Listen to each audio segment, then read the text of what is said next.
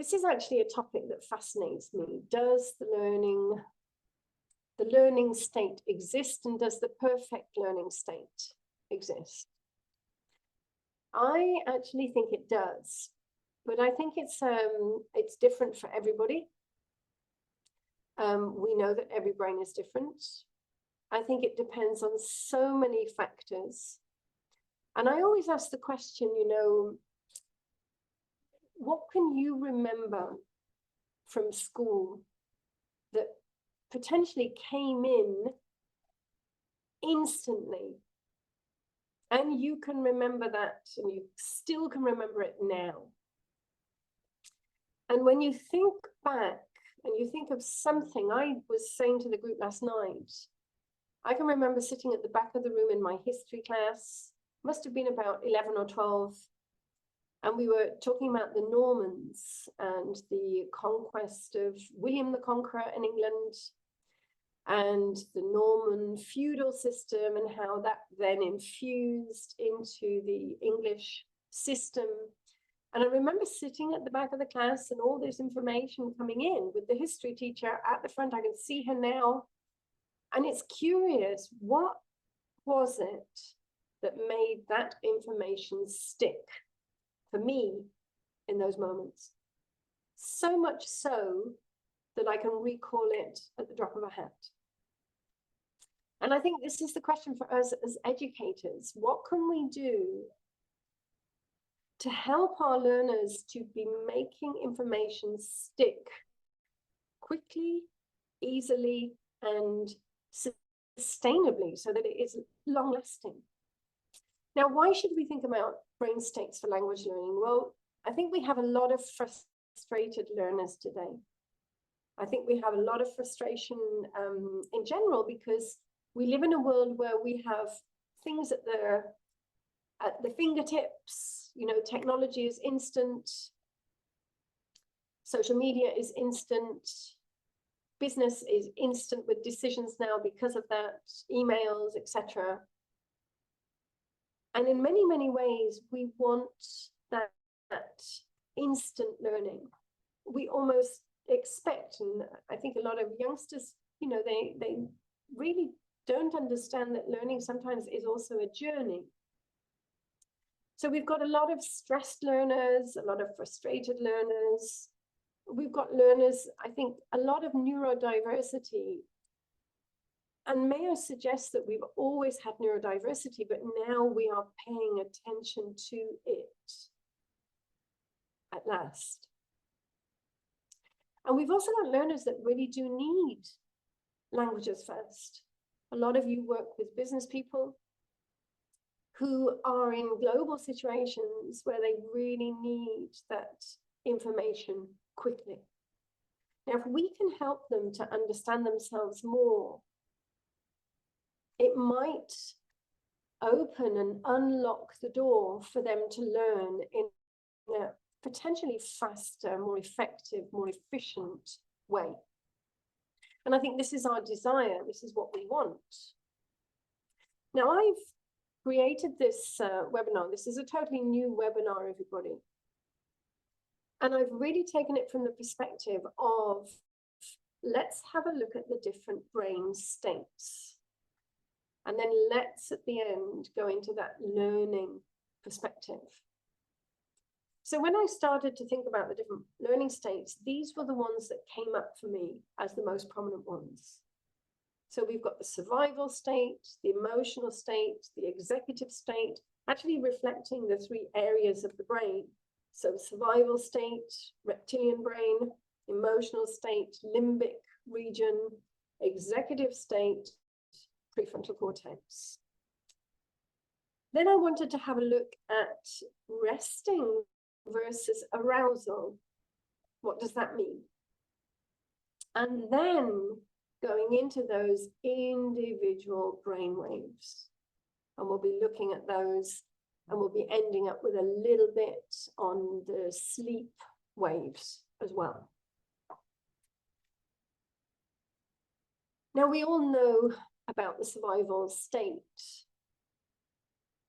And I think now we're starting to pay much more attention to it.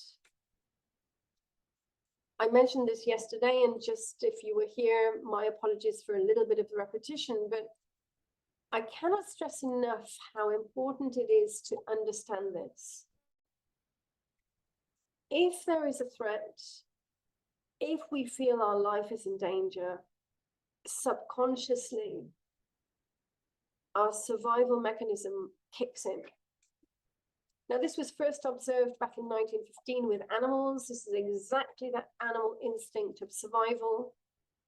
And we have the same sort of response to a threat. So as soon as there is a threat, messages are going from thalamus, arousing the amygdala. The amygdala hippocampus are checking, is this a known threat? If it is, sound the alarm. If it isn't, do we need to sound the alarm? That then is sent to the brainstem, and you have a full body response. Now, full body response could be fight, flight, freeze, or it could be all of those. And you get to freeze at that sort of end moment because there's nothing else that you can do. Now, many, many times, we actually go into a threat response when it is not a life-threatening situation. For whatever reason, maybe because of a bad learning memory, maybe because of an emotional trigger, that response is triggered. And in a learning situation, if we have a learner in that state, they're not going to learn because the areas of the brain that they need for learning are compromised, shut down, diminished resources in those areas, namely prefrontal cortex and hippocampus. So we really have to take care of noticing whether we have a learner in fight or flight. Now, just to share what we shared yesterday, there's modern versions of the fight or flight. You've even got the flop and the friend. You've got the fawn as well. We mentioned that yesterday as well. So we have to pay attention. We have to know. Because in fact, our sympathetic or parasympathetic demonstrate the state that we're in. Now, the sympathetic kicks in when we are in that fight or flight response. And you're getting all of this acceleration of heartbeat, dilation of pupils, breathing is getting shorter, so many things happening. Now, we're all different. You may get a different response. By the way, I just to give you some examples, I remember years ago I had a C1 brilliant learner, but whenever I saw his hands and I saw his pupils, he was always shaking. And it was quite interesting. Now I look back and I remember that, and I wonder if there was something I could have done about that for him all those years ago. That was probably 20 years ago. Now, if you notice these subtleties, it could be interesting for you to open this up with the client and check in with them. You know, can I just check in with you? How are you feeling when you speak in this language? What is the sensation that's coming up for you? And may I share with you a little bit about the fight or flight response? And then seeing if there are strategies that they can build to calm them down. And this is the diagram just explaining what I've just said about the amygdala becoming aroused, that threat detected, and then you've got that hypothalamus brainstem kicking in with that survival response.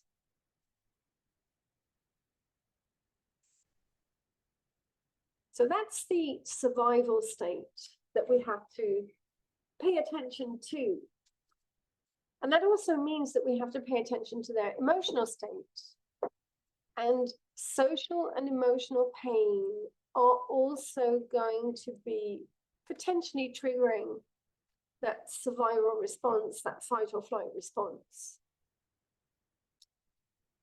Matthew Lieberman is one of the leading neuroscientists, together with Eisenberger, his wife, I believe. And they've done a lot of research over the last 20 years. And in fact, the research from 2003, they had people sitting in different rooms and they were playing a computer game, like a game of catch. And they were passing the ball from one to another.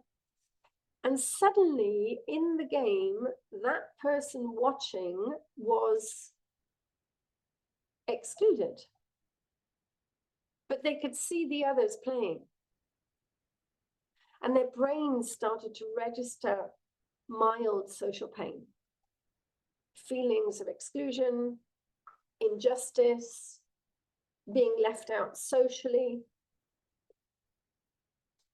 And this was the first time that they saw the area of the brain lighting up with that social pain was actually the same area as physical pain. And from that research, we now understand that our brain does not know the difference between physical pain and social and emotional pain. The same area is lighting up. Now, as educators, we really have to understand this, because if we are the ones causing that social or emotional pain, definitely we need to be paying attention with how we communicate, what we are asking them to do, how we're checking in with their emotions, and really making sure that they are fine and in the right emotional state. Good morning, Ina. Welcome, welcome. Welcome everybody actually who's just joined. You have to forgive me because I'm still with a little bit of a cold, so now and again I may need to stop for a drink or whatever. I'm looking forward to this cold leaving me. It doesn't seem to want to leave me, so for the moment we'll deal with it. So social and emotional pain, survival state, anxiety, stress, definitely not the best for learning. And even, there's a lot of research on tough love. That type of style of teaching actually can cause a lot of psychological problems afterwards. And what they've seen is kids who had that style of teaching, the tough love approach, were much more likely to offend criminal offenses later in life.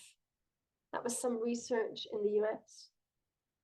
By the way, I don't know if all of you know this, but there are some states in the US where corporal punishment is still legal.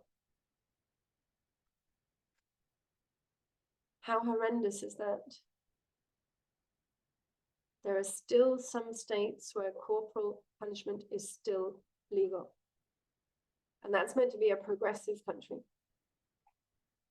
I don't know about other countries in the world, but definitely it's shocking that the US still allows that to be their behavior in some classrooms. So children are still being hit in the classroom.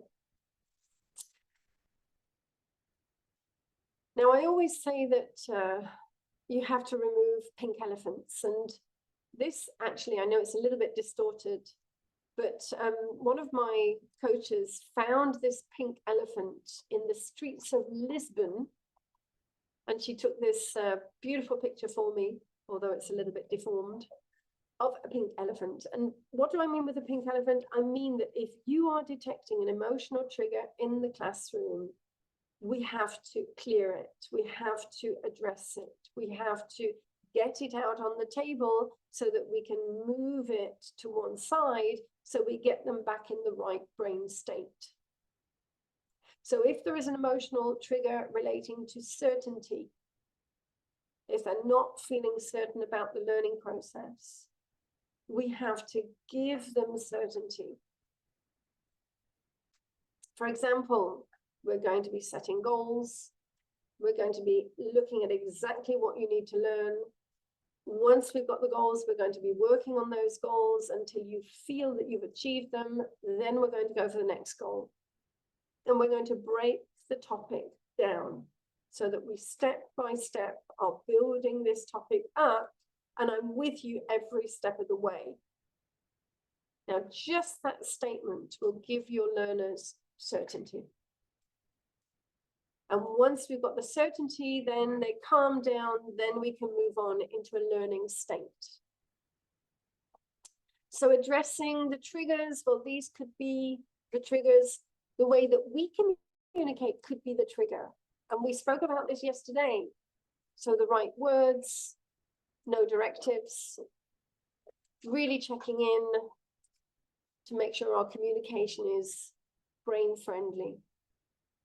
They may have synaglossophobia, there may be status questions, autonomy questions, certainty, as we mentioned, or connection to the language, or they may have a totally different trigger. It may be something that's just coming up for them. It may be a bad learning memory. And whatever it is, we need to clear the air to get them back in the right learning state. By the way, if you have any questions along the way, do let me know.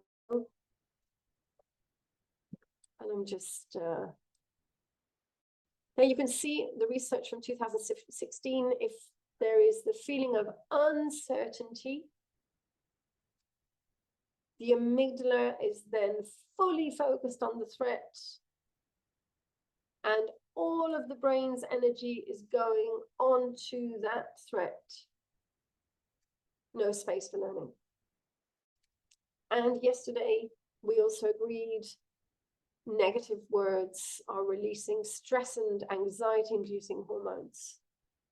And by the way, negative words spoken, heard, or thought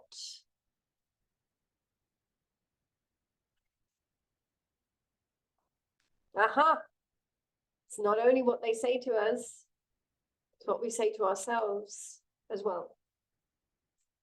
So paying attention to that brain chatter that we all have. Now, how can we bring more certainty? Well, you could always compare to native language. And I have this beautiful question that I ask people on my course. And I'm sure that we all know the answer. How many of us will depart from this world knowing all of our native language? And the answer is none of us. Now, if that's the answer for native, where does target language end? It doesn't. So just by bringing that to your learners could also help them to understand that this is a journey. Language is a journey. Even our native language, we're learning new words all the time throughout life. Yes, we get to a point where we're fully fluent, etc., but when does that happen with target language? When can we communicate? When will I be able to fight with the boss? When will I be able to negotiate? That is the problem with target language. It's so uncertain, and for everybody, it's different. So just helping them to understand that, you know, this is a journey. We are on this together. Explain the learning process. Lots of signposting. This is what we're going to do. This is what we're going to do next. Telling them really clearly. Explain about the brain. Explain about neuroscience. And also, we know that we are dealing with this bridge between teaching and coaching. So teaching is very structured. Coaching is very spontaneous. How do we bring them together? Yes, we do. We have a structure in the background. but we have that coaching spontaneity all the way through. My doggy has come to say he's finished his bone, and why aren't we going to play now? Now, this is the research that I was showing about tough love. Physical punishment associated with child aggression, antisocial behavior, lower achievement, and the boot camp tough love style increase the likelihood of committing offenses in the future. So the one thing that we have to understand is how to keep the process with the dopamine flowing, lots of positivity, lots of kindness in the way we are transferring our knowledge.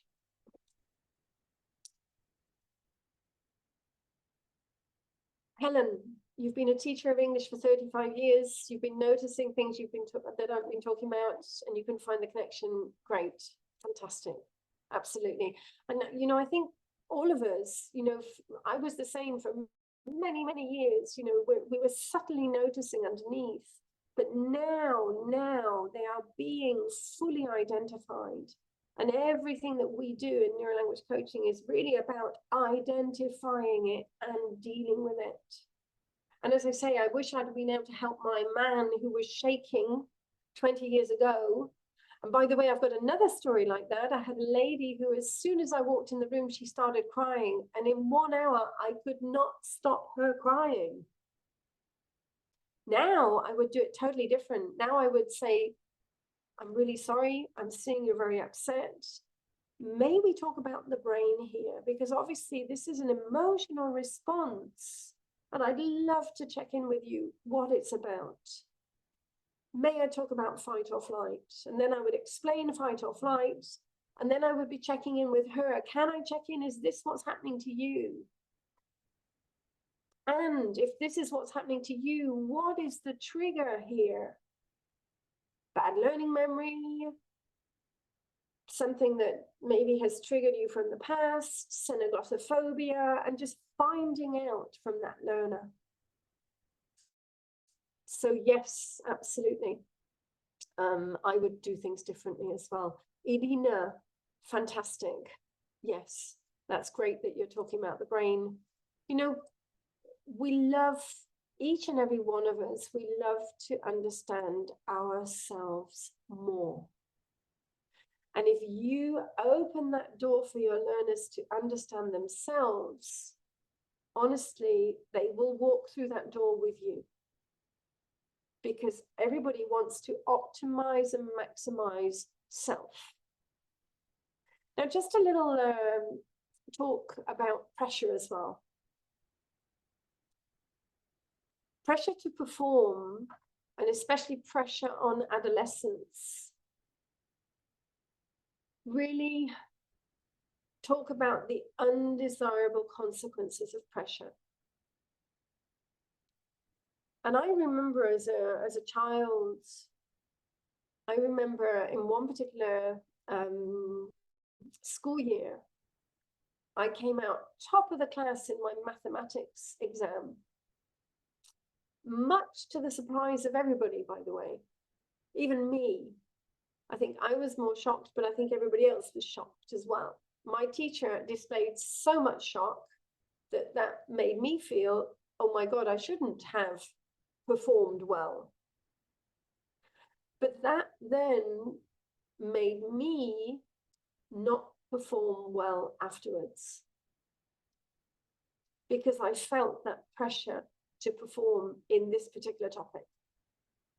And after that, I never did well in mathematics. Never. Could it have been the pressure to perform? Could have. Could have been that look of surprise on her face when she said my name and the results I got. Who knows? So again, it's how we respond and how we accompany learners with their successful moments as well. And without saying, you know, I know you can do this, That's not helping the person when they're struggling on the other side. There we need to go into compassion. I'm really sorry that, I'm sensing this part is difficult for you. Or I'm sensing that you're trying to connect with this part. How can I help you more? That's compassion. Helen, yes, absolutely. And then celebrating those moments along the way, definitely. So we've looked at the survival state, we've looked at the emotional state. Now those two are key to get them into a perfect learning state. If we don't have those two sorted out, you may as well, as they say in the north of England, shut shop, go home, because they're not going to learn. So the emotional and the survival state need to be calm to then get them into an executive state. Well, executive state, it's not that we need them here all the time, but we do need them here to be analyzing, rationalizing, going into that cognitive processing of information. Now, the interesting thing here is we need to have this interplay between task positive network and default mode network. And we're going to come back to the default mode network in a minute.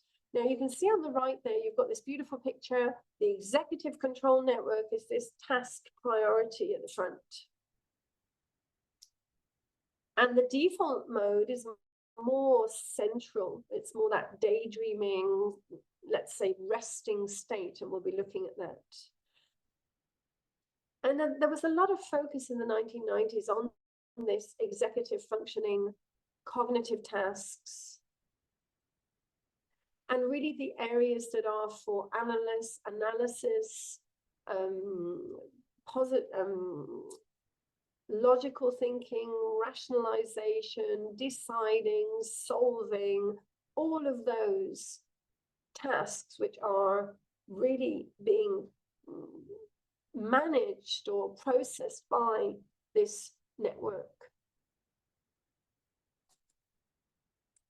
Now, over the last 15 years, we've had more research on the social brain, emotional brain, the midbrain.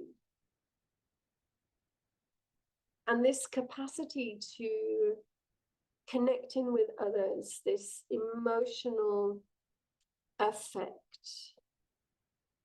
this connecting on a much deeper level, this empathy. And this is where we get this concept of the social brain. By the way, again, coming back to Matthew Lieberman, the neuroscientist, he wrote a book called Social. If any of you are interested, do have a look at that book because it goes into the social brain. So here we can see now that, we really do have the capacity for both. You've got the reasoning of analysis, rational, logical, which is the task priority network. And then you've got this empathic reasoning, which is the default mode network.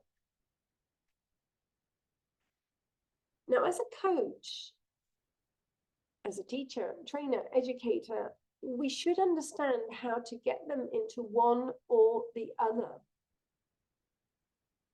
Now, if I want to get you into analyzing grammar, rationalizing, discussing it, talking it through with me, then I'm going to get you into that task priority network. That's going to be lighting up and functioning. But then if I go into asking you, how are you feeling with this? Or if I push you into vision, how could you imagine using this? Those types of questions are going to be getting you into that creative, social, emotional response. So we are the ones that can be steering that conversation into one direction or the other direction. And we should be doing both. We should be getting them using both of those networks and connecting in. Now, can I say that, you know, a lot of teaching years ago, when you think about language teaching, and maybe in some areas still, there's a lot of focus on grammar, structure of the language, working it out, logical analysis, etc. A lot of focus on the executive functioning network, task priority network. There's been very little connecting people into how they feel. And this is where we need to really bring in more the emotions, the feeling, the social connection in, the creative formation of the language, and getting them more into that default mode network. By the way, if you have somebody who is in a very emotional state, so if you have somebody who is crying, one way to help them shift out of that is by asking them a rational, logical, analytical question. And that will help them, because that redirects the attention from the emotional brain to the rational brain. And it will help them to manage those emotions, because the brain goes automatically into logical thinking. It's almost like it turns off the tap to the emotion. So that's just a hint, and it really does work, by the way. I've had somebody doing this as a coach. I was the coachee.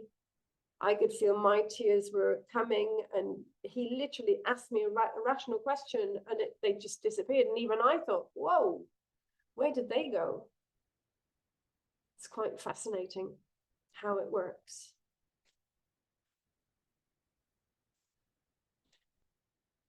Now, this takes us a little bit into that resting and arousal state, and we're going to go back to that default mode network now. So we're moving along the brain states. If you've just joined us, if you weren't here at the beginning, we're examining brain states, and we've taken first the emotional, the survival, and the executive, representing the three areas of the brain. Now we're moving into looking at the resting versus the arousal state. And then we'll be moving into the brain waves. So is arousal positive? And when we talk about arousal, we're really looking at enough to get the brain's attention. And we have this so-called Yerkes-Dodson law, which is this curve representing peak performance. And here you've got this relationship between stress and boredom, or insufficient performance. And right in the top of that curve, that's where you've got the optimal level of arousal. So we need enough to get the brain's attention, to get to that point where we have the optimal arousal to perform best. And if there isn't enough, then we're in insufficient or boredom or lack of attention. If we've got too much, we've gone into stress. We've gone into overdrive. And this is interestingly taken a bit further. I'll show you in a minute the next step in the historical link between that. So the optimal is when you've got enough. And it really varies depending on the task. Complex tasks may benefit from lower arousal. And the illustration of the curve shows you that sort of coming into the arousal and then declining afterwards. Now, low levels can result in underperformance, as we said. High levels can result in stress, anxiety, decreased performance. So moderate levels are optimal. But obviously it depends on each of us. We're all different. And it depends on the factors that are allowing that arousal. What is the external influence that's provoking that arousal or not? Or even what are the intrinsic motivators to get that arousal?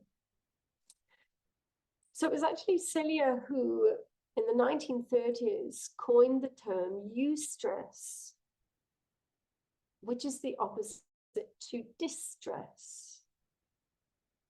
So eustress is that sort of idea of euphoria, I guess, as opposed to distress, which is negative, harmful stress. And he actually observed in animals, you have this sort of physiological response when we respond to stressors.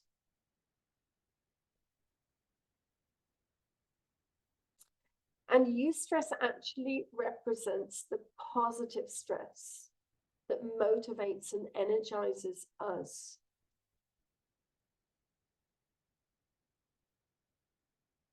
Now, the interesting thing is that it really could depend on our individual perception and interpretation of what is causing the stress or what is contributing with that stress. So maybe you can examine when you're performing tasks, maybe you can think about, where am I with this? Have I reached the peak, or am I going into too much overdrive? Is there not enough arousal here for me to become interested enough? There could be that question around, how do I get to that eustress point in this task? Could also be a question for your learners. Now that's the arousal. Let's go to the resting state now. And here we come back to our friends, the default mode network. We've already seen that it's the social brain, the emotional brain, the empathy connector. But it's also the area of the brain that becomes active when we daydream, when we go into that dream state with eyes open, when we're not focused on the brain, we're not focused on the world outside. The brain is resting, if you like. So it's mind wandering, introspection, really going inside yourself. And you know, how many times were you told at school to stop daydreaming? Actually, it's the worst thing that they could tell us, because actually it really is good for us. Because that's when we come into creativity, insights, ideas. That's when the brain is also connecting in with other things subconsciously. Ida, good morning. Kalimera. Oh, and look at Good morning. How are you doing? I'm doing fine. How are you? Fine. I love the topic. So Oh, keep it up. yes, I know. You know I'm passionate about this. Yes, I do. Yes, and by the way, next to your message, you've got 1111, which is quite nice, huh? Sorry, I didn't catch that. What? The message in the chat box, Uh-huh. you actually wrote it. Okay. Oh, yeah. Yeah. Yeah. But here it's 12:11, so you know, this is only coincidental. But thank you for that. The eu, it means good. Yes, like euphoria, eustress, good stress. Yes. It's pronounced F, and it's an actual word. It means good. It's pronounced with an F. In Greek, it's F. Ah, okay. Yes. But then it would be euphoria. Yes, it is. Euphoria. Yeah. Stress. All right. Yeah, I'll close in person. I'll teach you that. It's fine. At last, I'll get to teach you something. Absolutely, absolutely. And I'll see you in a couple of weeks' time as well in Athens, hopefully. Sure. Yes. Yes. Welcome, welcome today. Now, everybody, coming back to the daydream state, we should be encouraging that state in learners, especially in children. Allowing the brain to wander. Actually, what's happening is you're going almost into that, if you like, flow state. You're shutting down this prefrontal cortex, which allows the nether regions of the brain to connect in, to play, thoughts coming out from that subconscious brain, and really, really, as I say, provoking insights and creativity. So the resting state is also a good state to be in. Let's just recap. We've done survival state, emotional state, executive state. We've looked at arousal versus resting. Now we're going to go into the brainwaves. Now, it's quite an interesting topic because I think some people get a little bit, I don't know, a little bit nervous when we go into the topic of brainwaves because they think that it's something sinister or whatever, if it's NLP. I've never done NLP courses in my life, so I have no idea. I have no judgment of them either. I know little bits from here and there, but apart from that, never done them. But the interesting thing for me, when I started researching in brainwaves, I was very connected, or I met a gentleman called Thomas Feiner.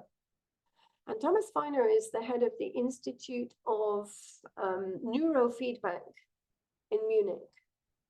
Now, neurofeedback actually reads brainwaves. And neurofeedback is I'm going to call it treatment. In loose terms, I would say treatment or assistance for quite a few disorders nowadays. So not only anxiety and stress, but also ADHD, for example. And for me, the most beautiful thing about neurofeedback is people learn to manage and optimize their brainwave states by themselves, which actually means they do not need medication. What's the reason that neurofeedback isn't more widely well known across the world? Personally, I think because the pharmaceutical industries would collapse. That's my honest opinion there. So neurofeedback measures our brainwaves. Now, can I just say that throughout the brain, there are different types of brainwaves all the time. But in various areas of the brain, there might be a predominance of certain brainwaves. And if we look at brainwaves in a very clinical sense, let's go with the sleep wave first, which is delta, which is the very slow, rhythmic, almost heartbeat delta brainwave. And that is very slow when we're sleeping or when you're in a very deep meditation. Some meditators go into that very deep delta as well. Next in frequency is the theta brainwave. Theta is again a slow brainwave, but we're going up in frequency, so it's faster than delta. And it's normally when we go into very deep meditation or very deep, lost in thought, creativity, it's a very slow brainwave as well. Next in frequency is alpha. Alpha is almost like the magic alpha, because it is that sort of start to meditation. It's that feeling of calm. It's the mindfulness moment. It's the flow state. It's the daydream state. They call it the genius state because alpha, when you're in those lower levels, alpha, theta, you are able to access what we call gamma. And gamma are flashes of insight, creativity. The more you go into those lower states, the more presence of gamma in the brain. Gamma are like brain waves. You know, we say that as an idea. I've had a brain wave. How amazing is that? You know, I find it fascinating that our language is totally confirming science. And you'll see later, we're going to talk about brain synchrony. And I wrote this on LinkedIn the other day. To be on the same wavelength is really true. So our language is reflecting what the science is now showing us to be true. So to have a brainwave is often that gamma moment. And normally when we're thinking logically, rationally, analytically, when we're learning something, we're in beta, which is the faster brainwave, very much connected to this prefrontal cortex and learning. Learning as a first step, short-term memory and working memory at the front of the brain.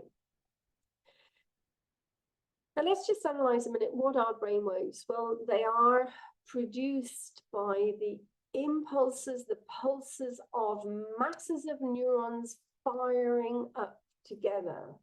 So these neurons firing up are causing these waves. So obviously when you're asleep, they're not really firing up. Maybe what you're dreaming or what's happening in the brain in those sleep moments. So the activity is obviously lower. That's why we're in that lower brain wave in frequency. And we detect them through electroencephalogram. And as I said, neurofeedback is very much the electroencephalogram, which is reading your brain waves. And what happens when you go to neurofeedback, they actually read your brain first. They get your, I'm going to say your stamp. And they read your brainwave and they compare it to a database of millions of people's brainwaves across the world to get what they call your baseline. Your baseline is your natural rhythms of the brain. And then they can make the program connect into what's happening in the brain when you do certain things. And just to share as well that when, for example, treating kiddies with ADHD, they get the kids to play a game, but the game only plays when they go into a very relaxed alpha state. If they don't go into a relaxed state, the game won't play. So that's how the kids learn to train their brains. And they learn to recognize the different brain states. Can you imagine a world full of kids that know how to recognize their brain? Ira! Oh, Ira, I'm just... Sorry, I've just turned it off. Okay. So definitely, if we could imagine a world with all kiddies across the world managing their own brain states, how amazing would that be? Optimizing and maximizing how they are with different... Helen, yes, absolutely, we can. You know, just by going into meditation, you're training your brain to go into that alpha or theta state. Absolutely, we can train ourselves. Yeah. And Agnes, that's why we do the things we know. If we don't get tired and time passes very quickly, like we're not working at all. Absolutely, that's when you get into the flow state. That's the alpha state. Yes. Now, as I said, delta, associated with deep sleep, subconscious, unconscious. It is minimal in waking hours, but increased during deep meditation and obviously sleep. Theta, again, it's a deep meditation or a light sleep, or it's deep daydreaming, creating. Alpha, when we are in wakeful relaxation, and there you go into light meditation and unfocused minds. And beta is the alert, focused, problem-solving, decision-making, analyzing, thinking critically, rationalizing brain. And as we said, gamma is then higher cognitive functions, perception, consciousness. And then when we go into increased concentration, information processing, where you've got these flashes of insight. Helen, you're saying when you do yoga, you can't distinguish. I think it's really harnessing that sort of feeling when you're doing yoga as to when you're doing a task, you know, like a mental, logical, analytical task, and you're more alert, and comparing those two states. But I think it's more noticeable when you go into a flow state, when you go into a daydream, or when you go into a light meditation. And that's when you'll notice that you're starting to go down in the different states, in the different brainwaves as well. By the way, everybody, breathing instantly changes the electricity in the brain. Let me say that again. Breathing instantly changes the electricity in the brain. If you are stressed, or if you have somebody who is stressed, getting them to go into deep breathing will help that electricity to calm down. Edina, you're saying that during a blackout, you had a phenomenal number of ideas and insights in a row. Wow. Wow. I guess, you know, because you'd shut down, your subconscious brain was fully functioning and coming out with those insights and ideas. Interesting. Now, different learning states correspond to specific brain patterns. And if we can understand these, we can also help our learners with strategies and also to improve their cognitive performance. So if we take this into a different direction, in passive learning, we're focused on lecture or reading. We've got beta waves. Active, attentive, focused mental state. When we go into active learning, we've got a mix of alpha and beta. Beta is there where we are focused on the problems, the discussions. And alpha is relaxed but alert. Alpha is creativity.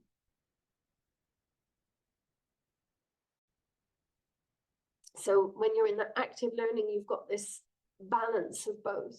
And I always think there's this oscillation, beta to alpha, alpha to beta. And that's again where we need to understand if you're asking critical thinking questions, or if you're asking questions which are going to induce creativity. You are the one who's going to be inducing those different waves.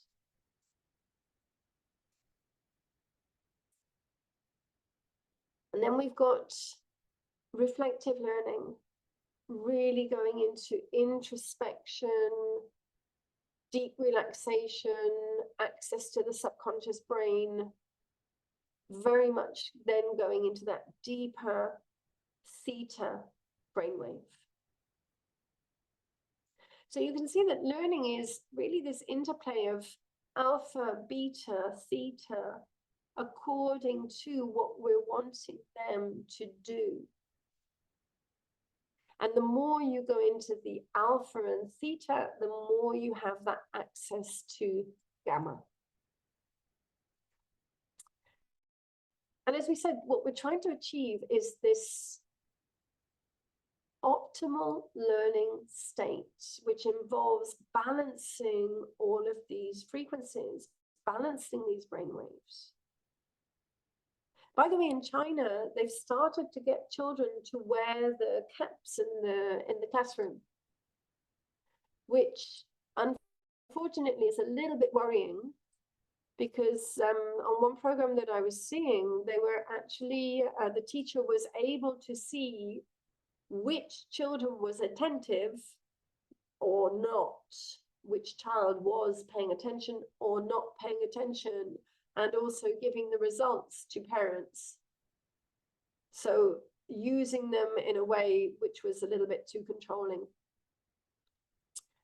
Conrad, definitely, if you have a look on the internet, you can really see breathing changing brainwaves research. If you put in those as some sort of search terms, you'll see that definitely you'll find a lot of research on that, a lot of confirmation on that.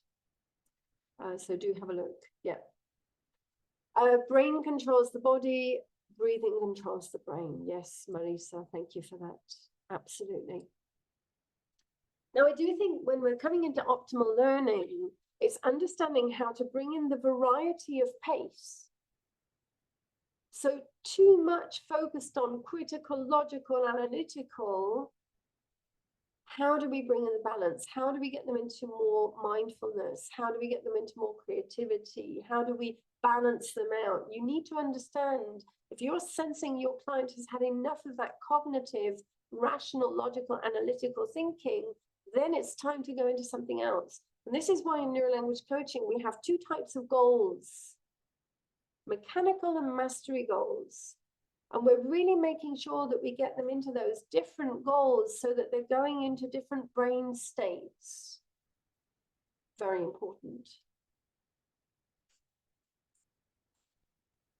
Now, alpha, they do call it the super learning genius state. And actually, this sort of feeling of enhanced memory,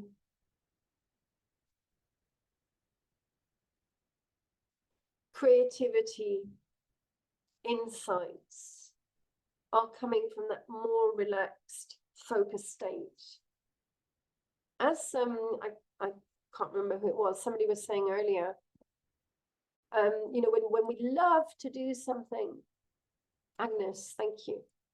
When we love doing something, that's when we get lost in alpha. We really do.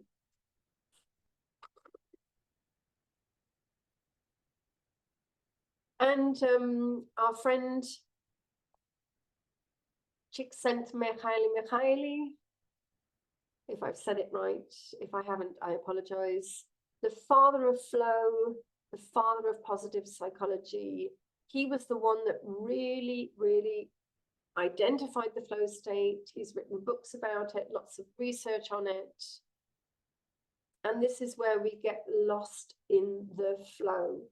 One of the characteristics of flow is that losing time, effortlessness, ease, reward state, alpha state, all of the positive and endorphins, serotonin, anandamide, dopamine, a little bit of neuroperipherin, all of that cocktail of chemistry, which is positive. And that's why we love being in the alpha state, the flow state. Remember, when you're in alpha, you've shut down this prefrontal cortex voice. Let me say it that way. And you've gone into the other areas of the brain, connecting lots of conductivity happening in those lower regions of the brain. Now, this is where we come into the research that, for me, I discovered the other day, and it was really quite fascinating. This is 2023. I'm just going to let you read that a moment while I have a little drink. I will be back in 1 second.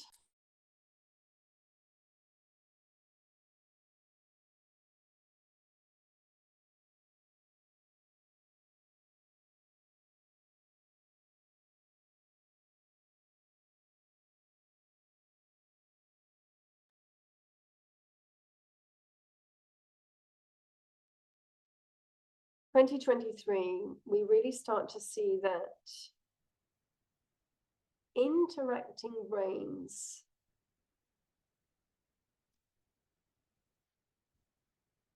sometimes we are connecting in so much that there is a synchronization of brainwaves. So when individuals are interacting, there can be this synchronization leading to a shared mental state. And in a learning environment, this also could lead to an enhancement of learning, improved learning. It could help with memory consolidation. Now, I personally think that this is what is happening when we go into those deeper levels of sensitivity, connection, empathy with our learners. And I think it's going to be interesting how research will move forwards, and I would love to see if we can get research on the way that we are communicating and operating with our learners to prove that this is actually happening.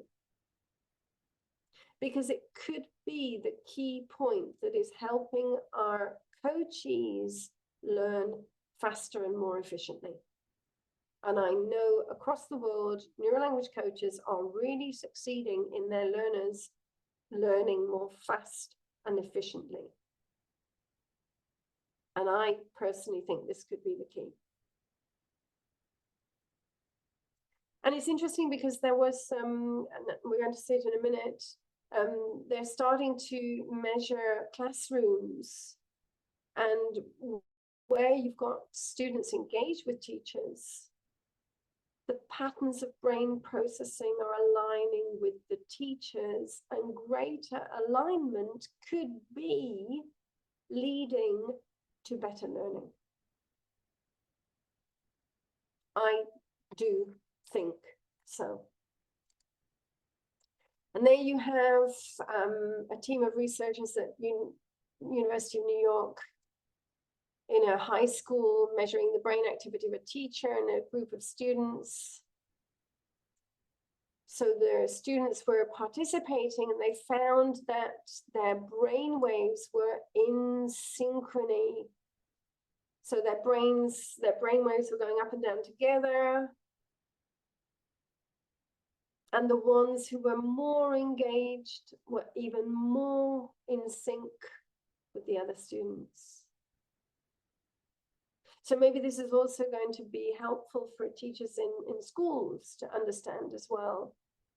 How do I get my classroom into that synchronized brainwave effect?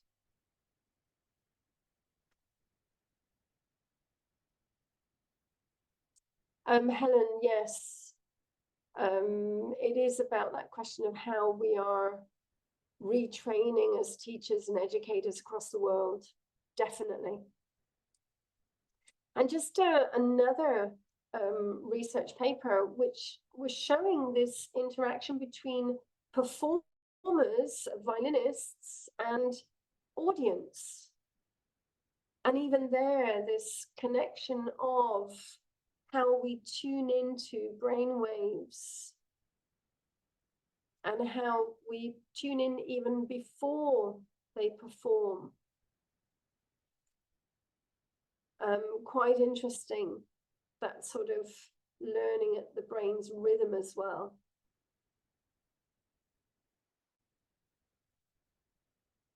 And this particular research is looking at the variability and learning ability to connect people to learning states.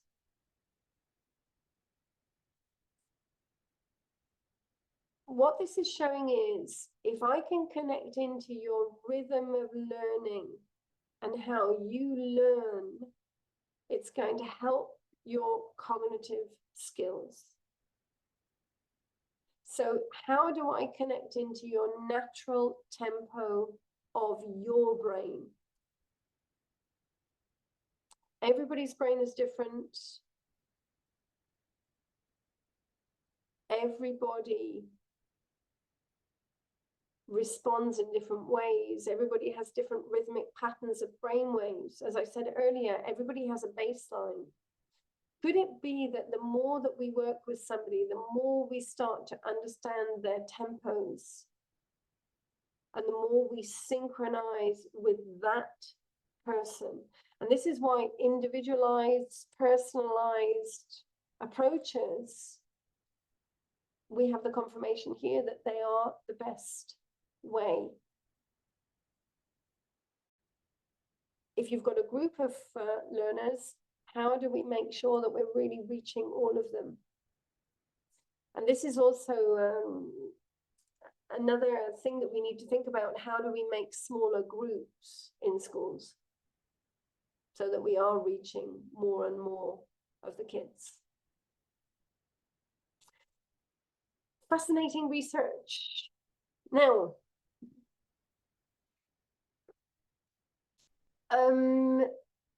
Helen, before it was in a biology group, I think it was here, biology lessons.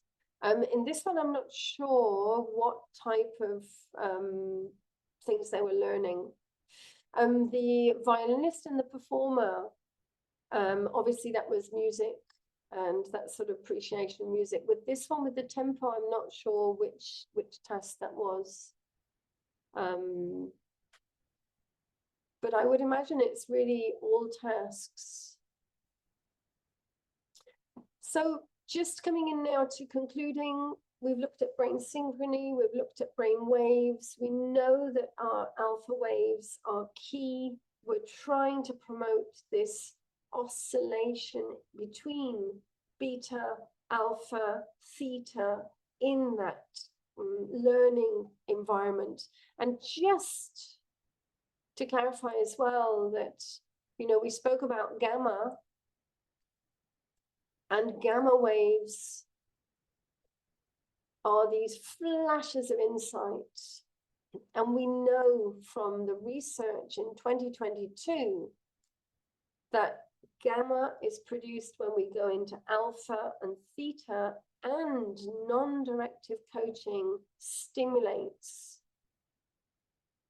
Because non-directive coaching is keeping our learners calm. They're keeping in those alpha states. They're going into alpha and theta, and they're having much more moments of creativity, ideas, insights.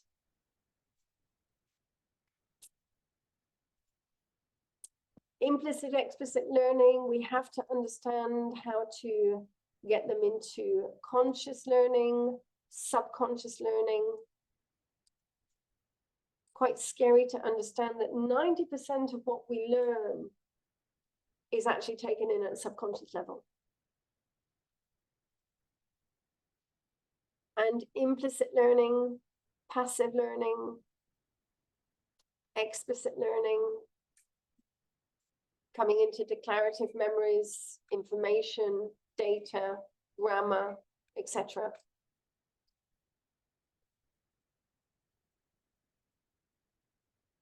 And that means we also have to understand that learning a language is very much about the explicit learning theory, grammar rules, studying, analyzing, getting them into that sort of engaged frontal lobe, executive brain functions, lots of beta, and then pushing into alpha with this subconscious input, flow, and immersion.